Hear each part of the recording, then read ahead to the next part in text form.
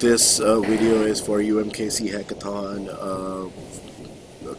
and we're doing the IBM2 configuration prediction modeling, and we're trying to display it on the dashboard, trying to display resources, and trying to predict resources that IBM has provided a use case for.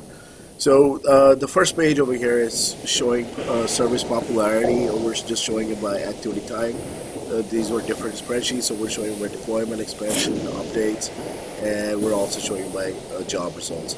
And we're also showing by how busy things are by weekday, or how busy things are depending on the hour of the day. Like, for example, most of the data did not have timestamps, so we're seeing a lot of data on 12 a.m. or around 7 p.m. in the day. Like, it seems like it's a very busy time.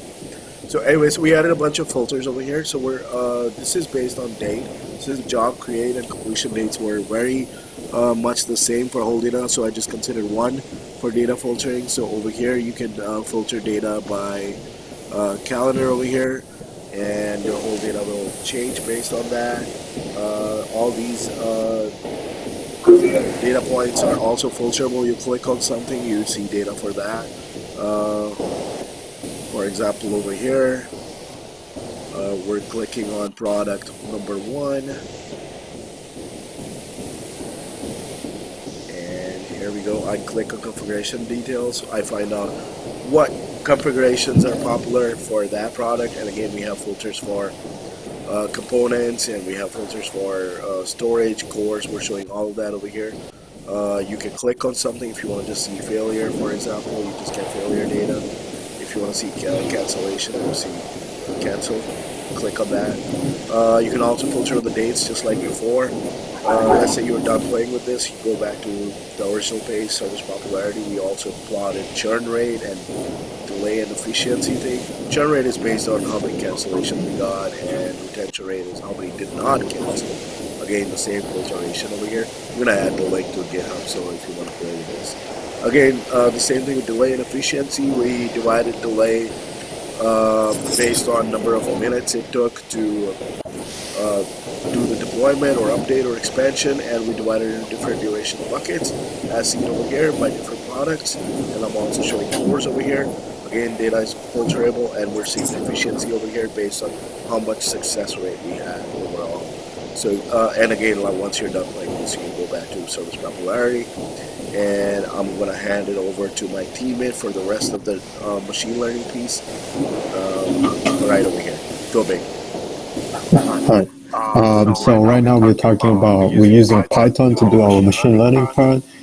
In our machine learning part, we use a time series modeling due to the model itself. The nature of the data set itself is a time series data set. In order to predict the future, we want to know the forecast that how many people is going to use our service in this cloud storage.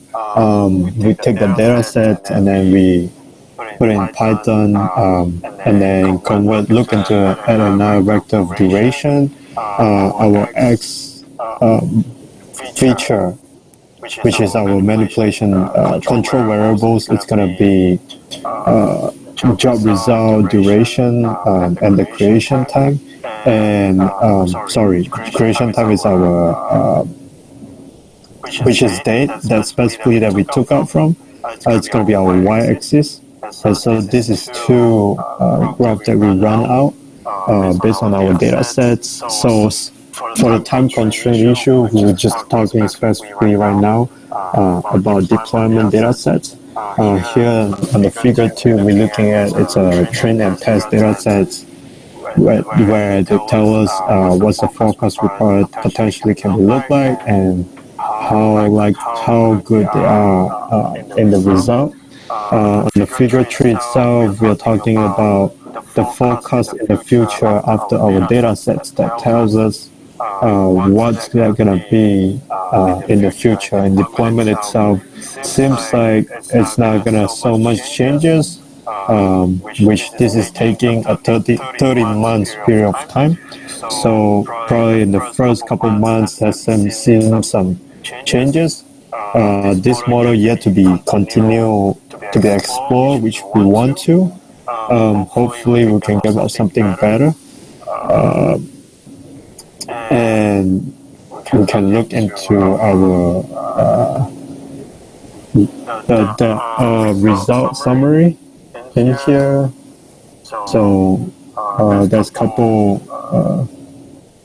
So this is the Serima model. We call it from it's a seasonal modeling, just to get a better autoregressive, which is the lag of the month, and the moving average, which is to forecast the future of the month.